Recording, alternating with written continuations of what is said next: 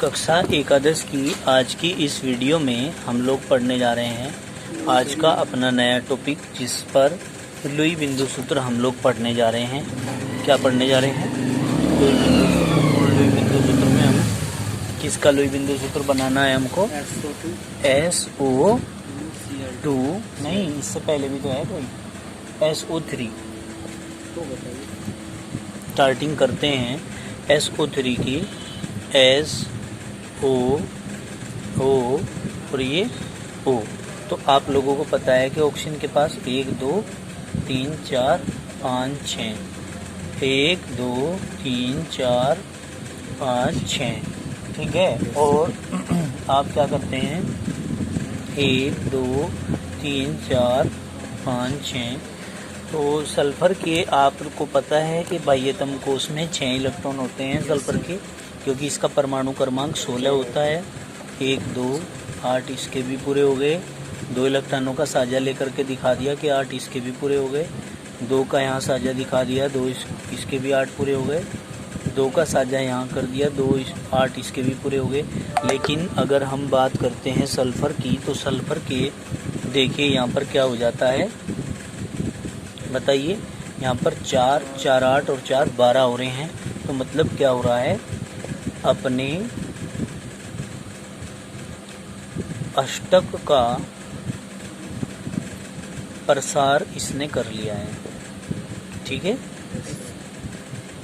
किया है।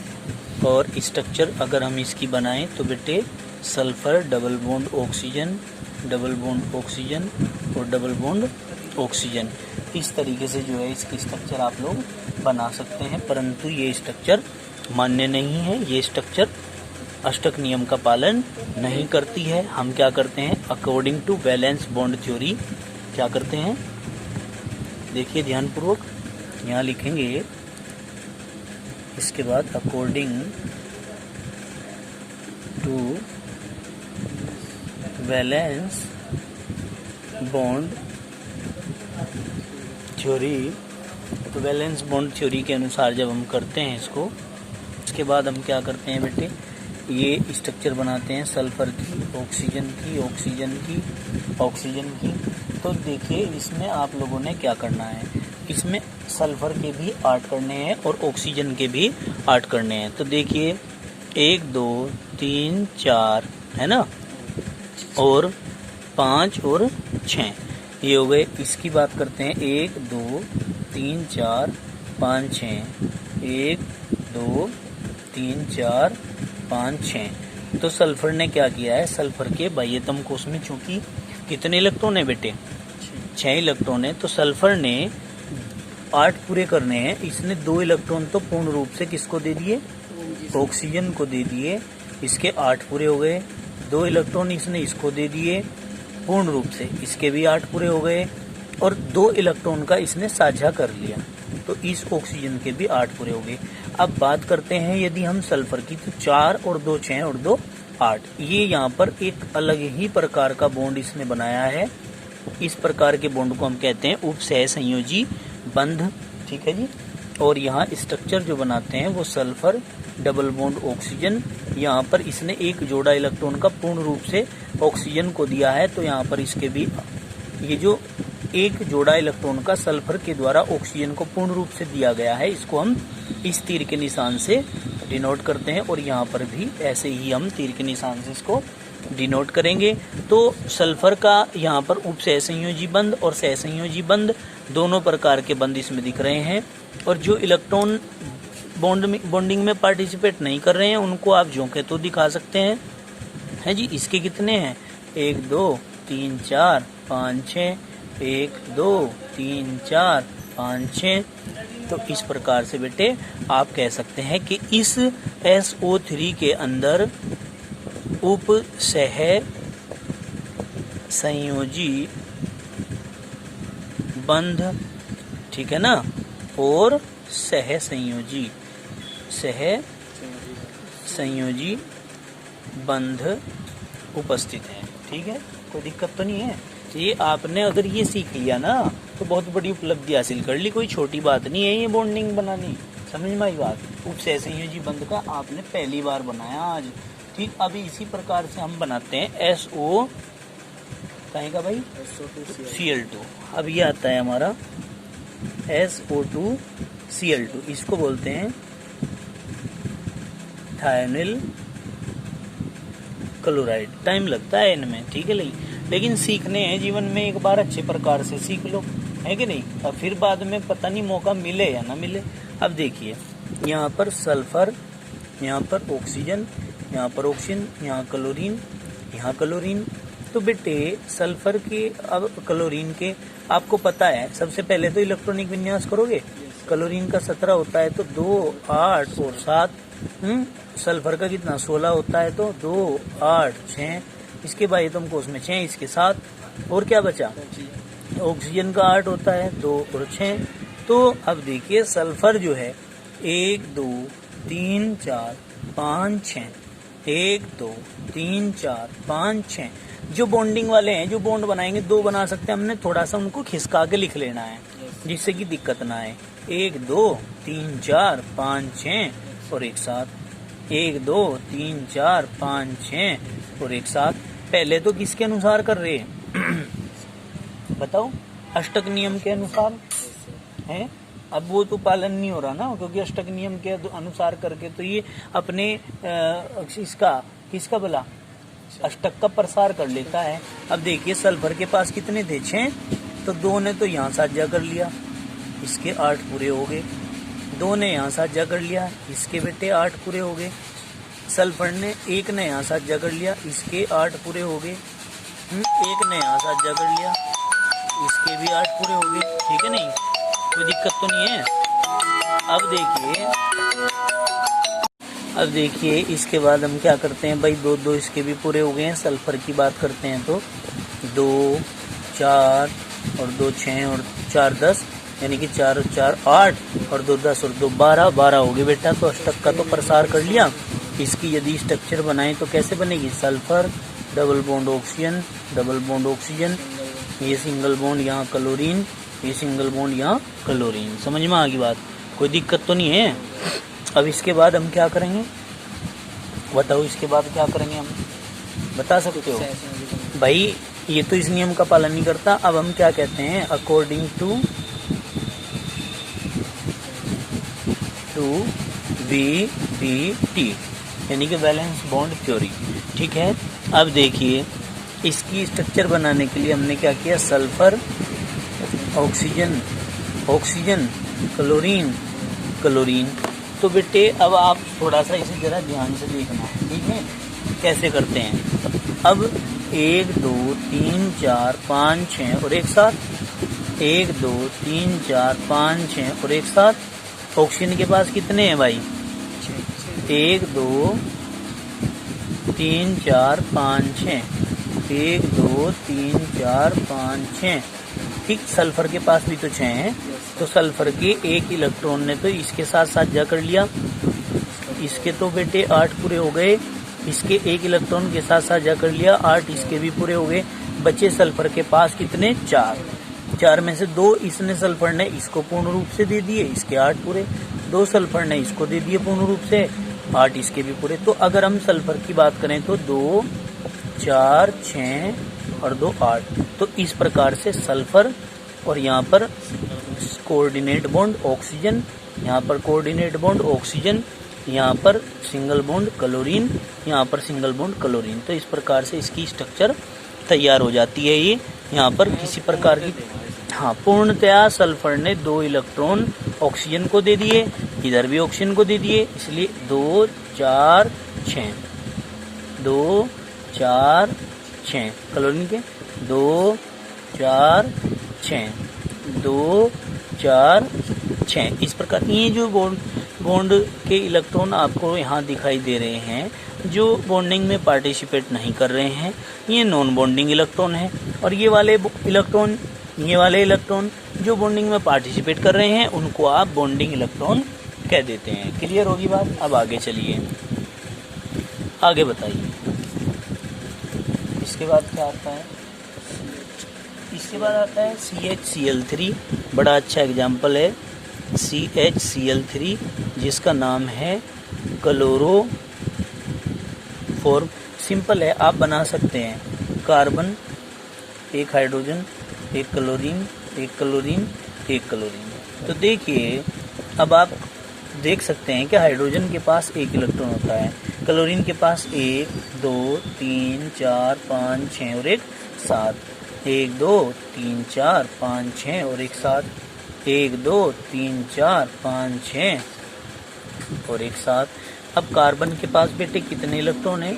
कार्बन के पास 4 इलेक्ट्रॉन होते हैं। एक ने यहाँ साझा किया, एक ने यहाँ साझा किया, एक ने यहाँ पर साझा किया बेटे, एक ने यहाँ साझा किया, ठीक है ना। और बचा हमारा कार्बन। कार्बन के देखिए 8 पूरे हो रहे हैं क्या? तो इस प्रकार से बॉन्ड तैयार हो जाता है। यहाँ पर carbon, single bond chlorine, single bond chlorine, single bond chlorine, यहाँ पर single bond hydrogen. Single bond क्यों आया अभिषेक? क्यों आया बेटे? क्योंकि बॉन्ड बनाने में 2 इलेक्ट्रॉन भाग ले रहे हैं, एक इसका एक इसका, तो 2 इलेक्ट्रॉन होंगे तो बॉन्ड सिंगल ही लगेगा। समझ में आ गई बात?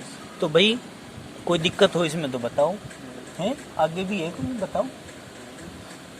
C2H3OH, ये है C2H3 तो नहीं होगा, 5 होगा, 5 OH। ये एथिल एल्कोहल है। क्या है? Ethyl alcohol. C2H5OH जिसका नाम है एथिल एल्कोहल। चल रहे हैं, बैठ जाओ। एथिल एल्कोहल क्या करेंगे? कार्बन कार्बन, ऑक्सीजन, हाइड्रोजन, ठीक है। आराम से जियो। 1 2 3 4 5। राम राम भाई। देखो अब क्या करेंगे? कार्बन के पास तो पता ही है आपको, पहले क्या करेंगे हम? हाइड्रोजन के पास एक ही रहा, सारे हाइड्रोजनों को दे दिया हमने, ठीक है नहीं। अब बात करते हैं कार्बन की। कार्बन के पास कितने होते हैं? 4, 1 2 3 और एक 4, ठीक है। तो इसके 2 पूरे हो गए, इसके 2 पूरे हो गए, इसके 2 पूरे हो गए। इस कार्बन के पास कितने हैं? इस कार्बन के पास बताओ 4 है ना, तो एक ही रहा, एक ही रहा, एक ही रहा, एक ही रहा। अब बात करते हैं हाइड्रोजन की, तो हाइड्रोजन का एक ही दे दो, एक ये दे दो, 2 इसके पूरे हो गए, 2 इसके पूरे हो गए, और इस प्रकार से 8 इस कार्बन के पूरे हो गए। इस ऑक्सीजन की बात करें तो एक तो ये रहा इस ऑक्सीजन का, और एक इस ऑक्सीजन का ये एक इस ऑक्सीजन का ये रहा। ये तो यहाँ ये था ना डॉट वाला, ये तो डॉट वाला था, ठीक है नहीं। एक ये हो गया, 2 इसके भी पूरे हो गए हाइड्रोजन के। तो हम बात करें इस कार्बन की, तो देखिए इस कार्बन के 8 पूरे हो गए। इस ऑक्सीजन की बात करें तो इस ऑक्सीजन ने 1 2 3 4 5 6, तो इस प्रकार से बेटे इसके भी 8 पूरे हो गए। समझ में आ गई बात? तो इस तरह क्या हो जाता है? इस तरह ये कंप्लीट हो जाता है। मतलब hydrogen single bond carbon, single bond hydrogen, single bond hydrogen, single bond carbon, फिर single bond oxygen, single bond hydrogen, यहाँ पर सिंगल बॉन्ड हाइड्रोजन, यहाँ पर सिंगल बॉन्ड हाइड्रोजन। तो ये बन गया आपका क्या? एथिल एल्कोहल, ठीक है। इस प्रकार से आप लोग इसका बना सकते हैं। क्लियर होगी बात? जो इसके ऑक्सीजन की 4 नॉन बॉन्डिंग इलेक्ट्रॉन है वे आप अलग से दिखा सकते हैं। क्लियर हो गया? कोई दिक्कत है क्या? इसके बाद आप लोगों का दूसरा मॉलिक्यूल आता है जिसको हम कहते हैं H2CO3। अब H2CO3 हम पढ़ने जा रहे हैं। इसका स्ट्रक्चरल फॉर्मूला हमने तैयार करना है। तो देखिए हाइड्रोजन के इसमें 2 हैं और CO3 हैं, तो हम क्या करते हैं? कार्बन, ऑक्सीजन, ऑक्सीजन, ऑक्सीजन, और यहाँ पर हाइड्रोजन, और यहाँ पर हाइड्रोजन। इस प्रकार से हम लोग जो है इसकी स्ट्रक्चर को बनाते हैं। ज़रा ध्यानपूर्वक देखेंगे क्लियर करके। देखो अब इसके बाद क्या आता है? देखो भाई हाइड्रोजन का सबसे पहले हमने बना देना है, एक एक इलेक्ट्रॉन पूरा कर देना है। ऑक्सीजन के पास कितने इलेक्ट्रॉन होते हैं आप सभी को पता है? 6 इलेक्ट्रॉन होते हैं। 1 2 3 4 5 और एक 6। तो हम कहते हैं कि 2 इसके इस तरह पूरे हो जाते हैं। इसी प्रकार इसके क्या करेंगे? 1 2 3 4 5 और एक 6। ठीक है जी। और इसी प्रकार से हम जो है 1 2 3 4 और यहाँ 5 और 6 ये दिखा देते हैं। बात करते हैं कार्बन की, तो कार्बन के 4 होते हैं, 4 में से एक यहाँ हो गया, एक यहाँ हो गया, तो इस प्रकार से इसके भी 2 पूरे हो गए। ऑक्सीजन के 8 पूरे हो गए, इस वाले ऑक्सीजन के भी आप कह सकते हैं कि 8 पूरे हो गए। और कार्बन के 2 बचे हैं, तो 2 यहाँ पर साझा कर लेते हैं, तो इस प्रकार से इस ऑक्सीजन के भी 4 और 4 8 हो जाते हैं। और ये 4 और 2 6 और 2 8, इस प्रकार से कार्बन के भी 8 पूरे हो जाते हैं। तो आप क्या कह सकते हो, आप कह सकते हो कि बॉन्ड किस प्रकार से बने हैं, hydrogen single bond oxygen, single bond carbon, single bond oxygen, single bond hydrogen, और यहाँ कार्बन के साथ डबल बॉन्ड से आप ऑक्सीजन को दिखा सकते हो। इस प्रकार से आपका H2CO3 का मॉलिक्यूल की डॉट स्ट्रक्चर फॉर्मूला जो है वो कंप्लीट हो जाता है। अब हम बात करते हैं एक अलग ही प्रकार के मॉलिक्यूल की, जिसका नाम है CO3 -2। अब ये ग्रुप चल गए हैं आपके, क्या ग्रुप चल गए हैं, ग्रुप को थोड़ा सा ध्यान से देखना है क्योंकि काफ़ी अंधेरा हो चुका है। और CO3 -2 का आप इस डॉट फॉर्मूला बनाएंगे तो देखिए कैसे बनता है। ये कार्बन है, ये ऑक्सीजन है, ये ऑक्सीजन है, ये ऑक्सीजन है इनका आपने बनाना है। तो आप क्या कर सकते हो, माइनस के 2 चार्ज हैं। अब माइनस के 2 चार्ज को भी किस तरह दिखाएंगे, सबसे पहले आप जो बनाएंगे वो 1 2 3 4 और एक 5 और एक यहाँ पे आपने बना दिया 6, ठीक है। 1 2 3 4 5 और एक आपने बना दिया ये 6, ठीक है जी। इस प्रकार से स्ट्रक्चर पूरी हो जाती है। अब हम क्या कहते हैं भाई, 6 इन दोनों ऑप्शन के पूरे हो गए, 1 2 3 4 5 6। अब बात करते हैं कार्बन की, तो कार्बन के जो बाह्यतम कोश है, इस बाह्यतम कोश में कितने इलेक्ट्रॉन होते हैं भाई, 4 इलेक्ट्रॉन होते हैं। एक ने यहाँ साझा कर लिया, एक ने यहाँ साझा कर लिया, 2 ने यहाँ साझा कर लिया। तो इस प्रकार से इस ऑक्सीजन के तो आप कह सकते हो कि 8 पूरे हो गए। लेकिन अगर हम बात करते हैं इन ऑक्सीजन की और इन ऑक्सीजन की, तो इनके तो पूरे नहीं हो रहे हैं। कार्बन की बात करते हैं तो 4 और 2 6 और 2 8, इस प्रकार से इसके तो 8 पूरे हो गए। अब हमारी बात करते हैं ऑक्सीजन की, तो आप देखिए CO3 -2, इस -2 का मतलब है कि इस CO3 ने ऑक्सीजन के ऊपर 2 इलेक्ट्रॉन लिए हुए हैं। तो वो जो 2 इलेक्ट्रॉन लिए हुए हैं, अब आप देखिए यहाँ इसके कितने हो रहे हैं भाई, 2 4 5 और 2 7, 2 4 6 और एक 7। तो इस प्रकार से इस वाले ऑक्सीजन के, इस वाले ऑक्सीजन के कितने इलेक्ट्रॉन हो रहे हैं, 7 इलेक्ट्रॉन हो रहे हैं। तो आप क्या करते हो, ये जो माइनस के 2 इलेक्ट्रॉन है, एक तो इसने ये ले लिया और एक इसने ये ले लिया, तो इनके भी 8 पूरे हो गए। तो इस प्रकार से जो स्ट्रक्चर बनती है, मतलब कहाँ से ले लिया, बाहर से ले लिया। -2 है ना, -2 का मतलब है कि 2 इलेक्ट्रॉन लिए हुए हैं ऑलरेडी। अब हम क्या करेंगे, carbon single bond oxygen, single bond oxygen, यहाँ पर डबल बॉन्ड ऑक्सीजन, इस ऑक्सीजन के ऊपर माइनस चार्ज, इस ऑक्सीजन के ऊपर माइनस चार्ज, ये आ जाता है। ये आपका संरचना सूत्र बन जाता है CO3 माइनस का। अब आप ठीक इसी प्रकार से बनाते हैं H2SO4 का। तो H2SO4 का बनाने के लिए आपको क्या करना पड़ेगा, देखिए H2SO4 होता है सल्फ्यूरिक अम्ल। क्या होता है बेटे, सल्फ्यूरिक एसिड। सल्फ्यूरिक एसिड का डॉट फॉर्मूला बनाएंगे। ये भी 2 तरीके से आपको बनाना पड़ेगा। कैसे, देखिए सल्फर, ऑक्सीजन, ऑक्सीजन, फिर आप क्या करेंगे, यहाँ पर ऑक्सीजन, यहाँ पर ऑक्सीजन और हाइड्रोजन, और यहाँ पर भी हाइड्रोजन। तो देखिए बेटे, हाइड्रोजन के आप क्या करेंगे, एक ये हो गया, एक ये हो गया। ऑक्सीजन के पास 1 2 3 4 5 और एक 6, 1 2 3 4 5 और एक 6। अब हम बात करते हैं, देखिए इसके 2 पूरे हो गए हैं, इसके 2 पूरे हो गए हैं।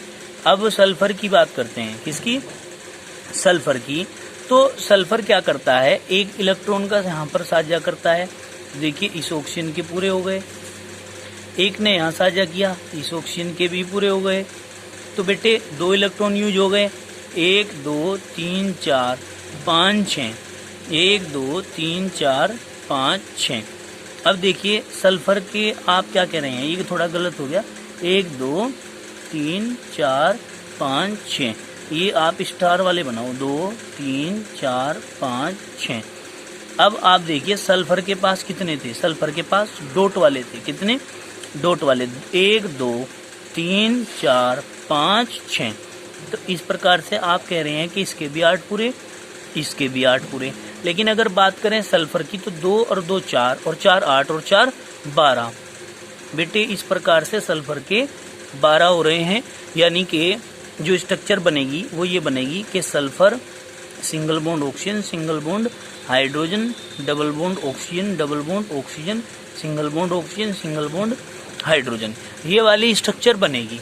इसका मतलब तो यही है ना। लेकिन इसमें आप लोग देख रहे हैं कि सल्फर के पास बाह्यतम कोश में यहाँ 8 इलेक्ट्रॉन होने चाहिए थे, इसमें 8 इलेक्ट्रॉन ना हो करके यहाँ पर 12 इलेक्ट्रॉन हो रहे हैं। इसका मतलब ये है कि सल्फर ने अपने अष्टक का यहाँ पर प्रसार किया हुआ है। तो हम क्या करते हैं, हम कहते हैं यहाँ क्या बात कही जाती है, ये है अष्टक नियम का पालन नहीं करता है, अतः वीबीटी के अनुसार। अब वीबीटी के अनुसार हम क्या कहेंगे, देखिए यहाँ कहेंगे sulphur oxygen hydrogen oxygen hydrogen, यहाँ ऑक्सीजन यहाँ ऑक्सीजन। तो बेटे इसमें वीबीटी के अनुसार क्या होता है कि वैलेंस बॉन्ड थ्योरी के अनुसार तो किसी भी तत्व के बाह्यतम कोश में 8 ही इलेक्ट्रॉन होने चाहिए, 8 से ज़्यादा होने ना चाहिए। तो आप क्या करेंगे, आप करेंगे हाइड्रोजन का 1, हाइड्रोजन का 1, और बेटे आप कहेंगे ऑक्सीजन की कितने, 1 2 3 4 5 और 1 6, 1 2 3 4 5 और 1 6। अब सल्फर के पास कितने इलेक्ट्रॉन हैं, सल्फर के पास होते हैं 6। तो एक ने तो यहाँ साझा कर लिया, एक ने यहाँ साझा कर लिया। इस प्रकार से 2 इसके हो गए, इसके भी 2 हो गए। इस ऑक्सीजन की बात करें तो 8 हो गए, इस ऑक्सीजन की बात करें तो 8 हो गए।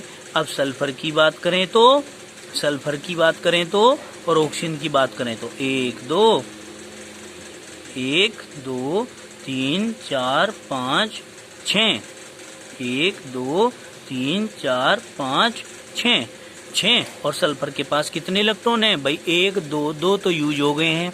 अब 2 इलेक्ट्रॉन इसने क्या किए, पूर्ण रूप से ऑक्सीजन को दे दिए, इसके भी 8 पूरे हो गए।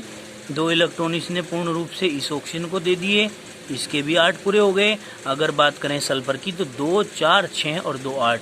तो इस प्रकार से सल्फर के भी 8 पूरे हो गए। तो जो इसकी स्ट्रक्चर बनती है वो स्ट्रक्चर कैसे बनती है, sulphur single bond oxygen single bond hydrogen, single bond oxygen single bond hydrogen. यहाँ क्या, यहाँ पर आपने कहा है कि सल्फर 2 इलेक्ट्रॉन पूर्ण रूप से ऑक्सीजन को दे रहा है। तो इसका मतलब क्या हुआ, यहाँ कोऑर्डिनेट बॉन्ड लगाएंगे, यहाँ पर भी कोऑर्डिनेट बॉन्ड लगाएंगे, क्योंकि यहाँ पर भी सल्फर ने ये 2 इलेक्ट्रॉन पूर्ण रूप से इस ऑक्सीजन को दिए हैं। तो इसलिए यहाँ पर भी कोऑर्डिनेट बॉन्ड बनेगा, मतलब उपसहसंयोजी बंध बनेगा। अब आप क्या कह सकते हैं कि ऑक्सीजन के कितने इलेक्ट्रॉन हैं, 1 2 3 4, जो बंध बनाने में भाग नहीं ले रहे हैं। 1 2 3 4, ये 4 इलेक्ट्रॉन और इसके 4 इलेक्ट्रॉन बंध बनाने में भाग नहीं ले रहे हैं, इसलिए हमने इसको कह दिया नॉन बॉन्डिंग इलेक्ट्रॉन। तो ये स्ट्रक्चर आपकी इस प्रकार से H2SO4 की भी पूरी हो जाती है। आज के लिए इतना ही काफ़ी, बाकी करेंगे कल। धन्यवाद।